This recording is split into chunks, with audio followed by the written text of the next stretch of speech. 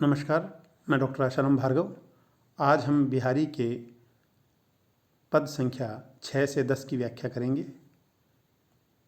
जैसा कि आप सभी जानते हैं, बिहारी रीतिकाल के रीतिसिद्ध कवि थे। इनके बारे में संक्षिप्त परिचय हमने पिछले व्याख्यान में दिया था। यहाँ हम बिहारी के पद संख्या 6 की व्याख्या करेंगे। बिहारी ने भक्ति, नीति और श्रृंगार के पद रचे हैं। इनके पद संख्या 6 में उन्होंने लिखा, अधर धरत हरि के परत, ओठ दीठ पट ज्योति, हरित बांस की बांसुरी, इंद्रधनुष दुति होती। यहाँ वह बिहारी लाल श्री कृष्ण भगवान की बांसुरी की शोभा इंद्रधनुष से करते हुए कहते हैं, श्री कृष्ण भगवान ने अधर धरत, अधर अर्थात होठ पर, धरत माने रख रखी है, हरि के परत, हरि अर्थात श्री कृष्ण के, परत माने पड़ती है, ओठ माने होठ की, दीठ माने दृष्टि की, पट माने वस्त्र की, ज्योति माने चमक।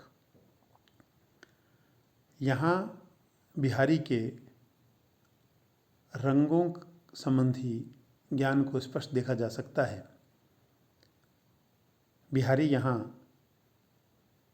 श्री कृष्ण के होठों पर रखी हुई बांसुरी में विभिन्न रंगों की चमक या आभा को इंद्रधनुष की शोभा से मिलाते हुए कहते हैं कि जिस प्रकार कृष्ण के होठों का रंग लाल है, उनकी दृष्टि का रंग नीला है, या उनके शरीर की आभा का रंग नीला है, उनके पट माने उनके वस्त्र का रंग पीला है, बांस की बांसुरी का रंग हरा है, इस प्रकार विभिन्न रंग मिलकर इस प्रकार की शोभा दे रहे हैं जैसे इंद्रधनुष हो। यहाँ बिहारी का शाब्दिक ज्ञान भी स्पष्ट परिलक्षित होता है। बिहारी भली भांति जानते हैं अधर अर्थात निचला होठ और ओंठ अर्थात होठ का ऊपरी होठ। वे कहते हैं, अधर धरत हरि के परत, होठों पर रखी हुई बांसुरी। स्वाभाविक है, ओंठ पर बांसुरी नहीं रखी जा सकती। बांसुरी को बजाने के लिए निचले होठ पे ही रखना आवश्यक है। वे लिखते हैं कि अधर धरत हरि के अधरों पर धरी हुई बांसुरी, हरित बांस की बांसुरी, उस पर ओठ दीठ पट ज्योति, होठों की, दृष्टि की, वस्त्र की, ज्योति माने चमक पड़ रही है, और वह ऐसी लग रही है जैसे हरित बांस की बांसुरी, हरे रंग की जो बांसुरी है, इंद्रधनुष दुति होती, इंद्रधनुष की चमक के समान हो जाती है। यहाँ उन्होंने स्पष्ट कहा कि हरि के होठों पर रखी हुई बांसुरी पर ओठ, दृष्टि, कपड़ों आदि विभिन्न रंगों की चमक के साथ उस बांसुरी का रंग जो हरा है, ये सब रंग मिलकर इंद्रधनुष की शोभा देते हैं। इस प्रकार इस पद में उन्होंने अपने गागर में सागर के ज्ञान को स्पष्ट किया है। एक 4 चरण या 2 पंक्तियों के इस दोहे में उन्होंने गंभीर भावों को भरा है, अपने ज्ञान को स्पष्ट प्रदर्शित किया है या दिखाया है। बिहारी के भक्ति, नीति और श्रृंगार संबंधी पदों में इस पद को भक्ति का और श्रृंगार दोनों संदर्भों का पद माना जा सकता है। जैसा कि आप सभी जानते हैं, बिहारी ने 713 दोहों की रचना की है। यह भी उनका दोहा छंद ही है।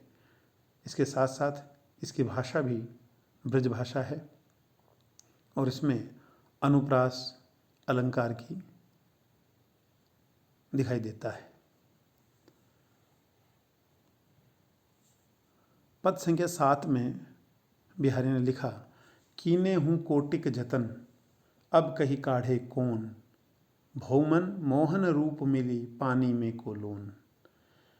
यहाँ उन्होंने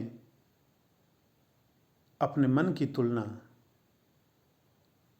पानी में नमक मिलने के से की है। ये तुलना करते हुए कहते हैं, अपनी भक्ति को स्पष्ट परिलक्षित करते हुए कहते हैं कि कीने हूँ कोटिक जतन। कोटिक मैंने करोड़ों, जतन मैंने प्रयत्न, कीने हूँ किए हैं, ये कीजिए। करोड़ों जतन करने पर भी अब कहिए, काढ़े मैंने निकाले, कौन मन कौन। करोड़ों जत्न करने पर भी कौन निकाल सकता है। पानी में को लोन, पानी में मिले हुए, लोन मन नमक, लोन मन लवण, लवण अर्थात नमक। पानी में मिले हुए लवण को कोटिक जतन करके भी कोई नहीं निकाल सकता।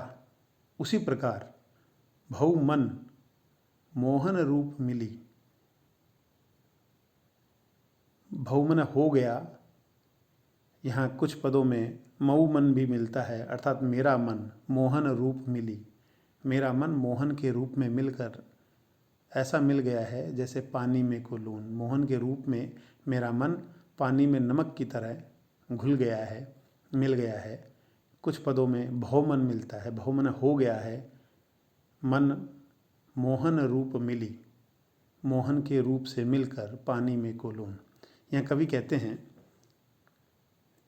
कि जिस प्रकार पानी में नमक मिलने पर वह अच्छी तरह घुल जाता है, करोड़ों उपाय करने पर भी नमक को पानी से अलग नहीं किया जा सकता।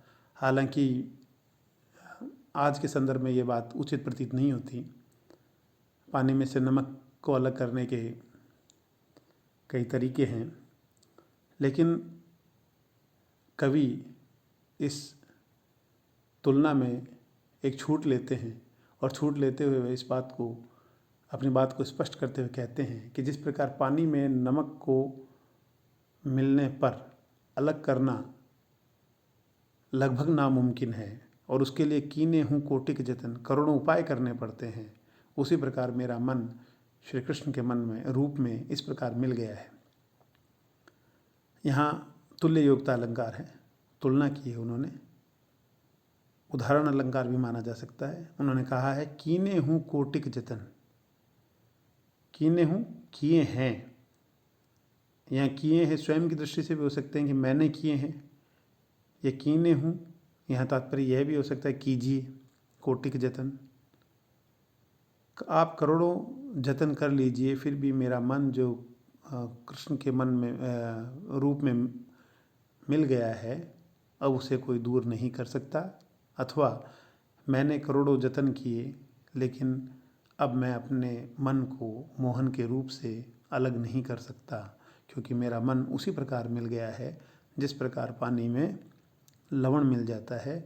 और अब कहीं काढ़े कौन, अब कहो उसे कौन निकाल सकता है, कोई नहीं निकाल सकता। यहाँ उन्होंने इस पद में अपनी कृष्ण के प्रति अनन्यता और समर्पण को स्पष्ट किया है। पद संख्या 8 में बिहारी ने कृष्ण की भक्ति, साधु संतों का साथ की तुलना वेद आदि शास्त्रीय ज्ञान से की है। वे शास्त्र ज्ञान पर भक्ति और प्रेम को महत्व देते हैं। उनके अनुसार अजो तरोना ही रयो श्रुति सेवत इक रंग, नाक वास वेसरी लयो बसी मुक्तन के संग। इस पद में श्लेष अलंकार है। तरोना, श्रुति, नाकवास, बेसरी, मुक्तन, इन शब्दों के दो दो अर्थ हैं। वे कहते हैं कि अजो मन अब तक तरयो ना ही रयो, तरयो ना मन तरयो ना, जिसकी मुक्ति नहीं हुई है, ही रयो, हे जीव तो अब तक मुक्त नहीं हो पाया। मुक्ति की आकांक्षा, मुक्ति के इंतजार में ही रहा। क्यों रहा? क्योंकि तूने श्रुति सेवत इक रंग, एक रंग भाव से, एक निष्ठा से तूने श्रुति की सेवा की, श्रुति का सेवन किया। श्रुति अर्थात वेद। तूने वेदों का श्रवण किया, एक निष्ठा से वेदों की सेवा की, वेदों का सेवन किया, इसलिए तू अब तक तरयो ना ही रहो, अर्थात तरने की, अर्थात मुक्ति की आकांक्षा में ही रहा, मुक्ति की प्रतीक्षा में ही रहा।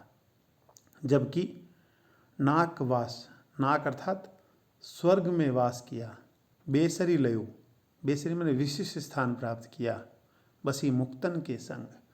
जो व्यक्ति मुक्त लोगों के साथ रहता है, जो व्यक्ति साधु संतों के साथ रहता है, वह नाकवास, नाक अर्थात स्वर्ग, स्वर्ग में वास करके बेसरी मैंने विशिष्ट स्थान प्राप्त किया। यहाँ इस पद का एक अर्थ यह है कि तू अब तक मुक्ति को प्राप्त नहीं कर सका, मुक्ति की प्रतीक्षा में ही रहा, क्योंकि तूने वेदों आदि को एकनिष्ठ भाव से सेवन किया, सेवा की। जबकि जो लोग मुक्तन के संग बसे उन्होंने श्रेष्ठ स्थान प्राप्त किया, स्वर्ग प्राप्त किया, स्वर्ग में वास किया। इस पद का दूसरा अर्थ जो कि साधारण अर्थ है वह आभूषण के संदर्भ में है। तर्योना कान का एक आभूषण होता है। कवि बिहारी कहते हैं कि अजो मन अब तक तर्योना ही रहो, तू कान का आभूषण ही रहा। श्रुति अर्थात कान को सेवत एक रंग, कान का आभूषण बनकर तू कान को ही एकनिष्ठ भाव से सेवा करता रहा, तू कान का ही सेवन करता रहा, इसीलिए तू कान का आभूषण बनकर रह गया, तर्योना बनकर रह गया। जबकि नाकवास, नाक अर्थात नाक में वास करके, बेसरी एक नाक का आभूषण होता है, बेसरी में लगकर तूने नाक में स्थान प्राप्त किया। मुक्तन के संग अर्थात मोती से जड़ा हुआ बेसरी बनकर तूने नाक में स्थान प्राप्त किया। यहाँ कान और नाक का, यह कान के आभूषण और नाक के आभूषण बताने का सीधा तात्पर्य यह है कि कवि नाक के आभूषण जिसमें मोती लगा है उसकी विशेषता बताते हुए कहते हैं, वैसे भी नाक के आभूषण नथ की कान के आभूषणों से ज़्यादा महत्ता है, न केवल सौंदर्य की दृष्टि से बल्कि श्रृंगार या सुहाग या सौभाग्य की दृष्टि से भी। तो कवि यहाँ यह कहना चाहते हैं कि जब तक वह आभूषण कान की सेवा करता रहा, कान का ही आभूषण बनकर रहा, जैसे ही उसमें मोती जोड़ा गया वह नाक का आभूषण बना और उसने विशिष्ट स्थान प्राप्त किया। इस प्रकार इस पद के दो अर्थ हैं। ये इसमें श्लेष अलंकार है, श्लेष अलंकार के साथ साथ अनुप्रास अलंकार भी है। कवि यहाँ एक अर्थ में तो यह कहते हैं कि कान का आभूषण मोती प्राप्त करने के बाद नाक का आभूषण बन के विशिष्ट स्थान प्राप्त करता है। उसी प्रकार दूसरा अर्थ उनका यह है कि जो व्यक्ति वेद पुराण शास्त्रों आदि का, केवल शास्त्रों आदि का अध्ययन करता है वह मुक्ति के मार्ग में प्रतीक्षा में रहता है, जबकि जो मुक्त लोगों के साथ, साधु संतों के साथ रहता है वह व्यक्ति स्वर्ग में स्थान प्राप्त करता है, आसानी से स्थान प्राप्त करता है। यह पद भी दोहा छंद है, भाषा इसकी भी ब्रज है। पद संख्या 9 में बिहारी ने कहा, तो परवारों उर्वशी सुनि राधिके सुजान, तू मोहन के उर्वशी, उर्वशी वैर उर्वशी समान। इस पद में भी बिहारी का ज्ञान स्पष्ट परिलक्षित होता है। बिहारी कहते हैं, तो पर, तुझ पर, वारों वार दूं, उर्वशी, उर्वशी अर्थात स्वर्ग की अप्सरा, सुन राधिके सुजान, हे राधिके, हे सुजान, सुजान अर्थात श्रेष्ठ, हे श्रेष्ठ राधिके सुनिए, तो पर वारों उर्वशी, मैं आप पर उर्वशी जो स्वर्ग की अप्सरा है उस तक को वार दूं। क्यों? क्योंकि तू मोहन के उर्वशी, तुम आप मोहन के उर्मन हृदय में बसी हुई हैं। किस प्रकार बसी? वह उर्वशी समान, उर्वशी अर्थात गले का आभूषण जो हृदय पर धारण किया जाता है। तो ये कहते हैं बिहारी कि हे राधिके, हे श्रेष्ठ राधिके, मैं आप पर स्वर्ग की उर्वशी तक को भी वार सकता हूँ, क्योंकि आप मोहन के हृदय में उसी प्रकार बसी हैं जैसे कोई गले का आभूषण हो जिसको हृदय पर धारण किया जाता है। यहाँ उर्वशी शब्द 3 बार आया है और तीनों बार इसका भिन्न भिन्न अर्थ है। यह यमक अलंकार का श्रेष्ठ उदाहरण है। एक उर्वशी अर्थात स्वर्ग की अप्सरा, दूसरा उर्वशी अर्थात हृदय में बसी हुई, और तीसरा उर्वशी अर्थात आभूषण या गले में पहनने की या हृदय में बसी हुई। इस प्रकार हम देखते हैं बिहारी के इस पद में भी उनका ज्ञान, उनका गागर में सागर का भाव स्पष्ट दिखाई देता है। उन्होंने एक शब्द को 3 बार प्रयुक्त किया और तीनों ही बार इसके भिन्न अर्थ थे। दूसरी तरफ यह पद भक्तिपरक पद है। श्री कृष्ण और राधा के स्वरूप के सामने बिहारी स्वर की अप्सरा तक को भी न्यौछावर कर देना चाहते हैं और राधिका की स्तुति इसीलिए करते हैं क्योंकि वो कृष्ण को परम प्रिय है। इस पद में भी राधा और कृष्ण के प्रेम को ही आधार बनाकर कवि ने इस पद की रचना की है। यह भी दोहा छंद है और इसकी भाषा भी ब्रज भाषा है। पद संख्या 10 में बिहारी ने कृष्ण और राधा के नटखटपन का चित्रण किया है। गोपिकाएं कृष्ण से बात करना चाहती हैं और उस बात के रस के आनंद के लिए वो कृष्ण की मुरली छुपा देती हैं और जब कृष्ण मुरली ढूंढते हैं तो वे उन्हें मुरली नहीं देती। यहाँ विचारणीय यह है कि अगर एक बार स्पष्ट मना कर दिया जाए तो संभव है कृष्ण उनसे दोबारा नहीं पूछेंगे, लेकिन वो ना तो स्पष्ट मना करती हैं और भौहों से हंसती हैं। इस दृष्टि से वो कृष्ण को दुविधा में डालती हैं और दुविधा में डालने का उनका तात्पर्य, उनका लक्ष्य केवल कृष्ण से बात करना है। इस पद में उन्होंने लिखा कि बतरस लालच लाल की मुरली धरी लुकाए, सोह करे बहुनु हंसे देन कहे नट जाए। बतरस बातों का रस, बातों के रस के लालच में। किससे बातें करने का रस का लालच? गोपिकाओं को श्री कृष्ण से बात करने का लालच था। उनकी वाणी इतनी मधुर थी, उनसे बातें करने में गोपिकाओं को आनंद की अनुभूति होती थी। इसीलिए बतरस के लालच के लिए, कृष्ण से बात करने के लिए लाल की मुरली, लाल अर्थात श्री कृष्ण लाल की, कृष्ण जी की मुरली धरी लुकाए। मुरली लुकाए मैंने छिपाए, धरी मैंने रख ली, मुरली छुपा के रख ली। गोपिकाओं ने कृष्ण से बात करने के लालच के लिए उनकी मुरली छुपा के रख ली। अब कृष्ण अपनी मुरली चाहते हैं, उनसे पूछते हैं कि मेरी मुरली क्या आपके पास है? तो वो कहती हैं सोह करे।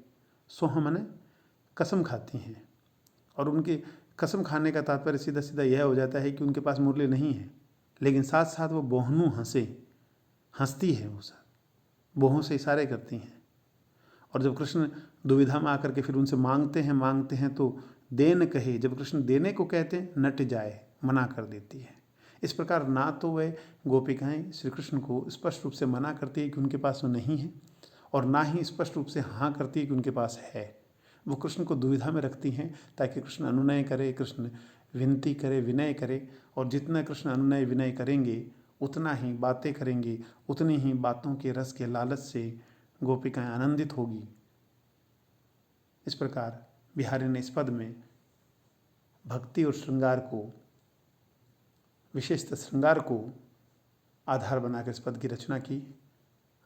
गोपिकाओं और कृष्ण के प्रेम को आधार बनाया। उन्होंने लिखा, यहाँ विचारणीय यह भी है कि सोह करे बहुनु हंसे, अर्थात मना भी कर रही हैं और हंस भी रही हैं। और जब कोई व्यक्ति हंसकर किस चीज़ के लिए मना करता है तो उसके मना करने पर संदेह उत्पन्न होता है और गोपिकाओं का लक्ष्य संदेह उत्पन्न करना है ताकि कृष्ण उनसे बात करे, उनसे विनती करे। इस पद में भी दोहा छंद है, अनुप्रास अलंकार है, ब्रज भाषा है। इस प्रकार हम देखते हैं बिहारी के पदों में विशिष्टता परिलक्षित होती है। उनके पदों में भक्ति, नीति, श्रृंगार का चित्रण है और उनका एक एक पद, चाहे वो देखने में छोटा लगे, वो दोहा लगे, 4 छोटे छोटे चरणों से मिलकर बना हुआ एक पद लगे, लेकिन वो गंभीर भावों को समाहित किए हुए है। वो भक्ति की एक पूरी व्याख्या है उनमें, श्रृंगार का पूरा एक ग्रंथ उनमें दिखाई देता है। इस प्रकार हम देखते हैं बिहारी वास्तव में एक श्रेष्ठ कवि थे। धन्यवाद।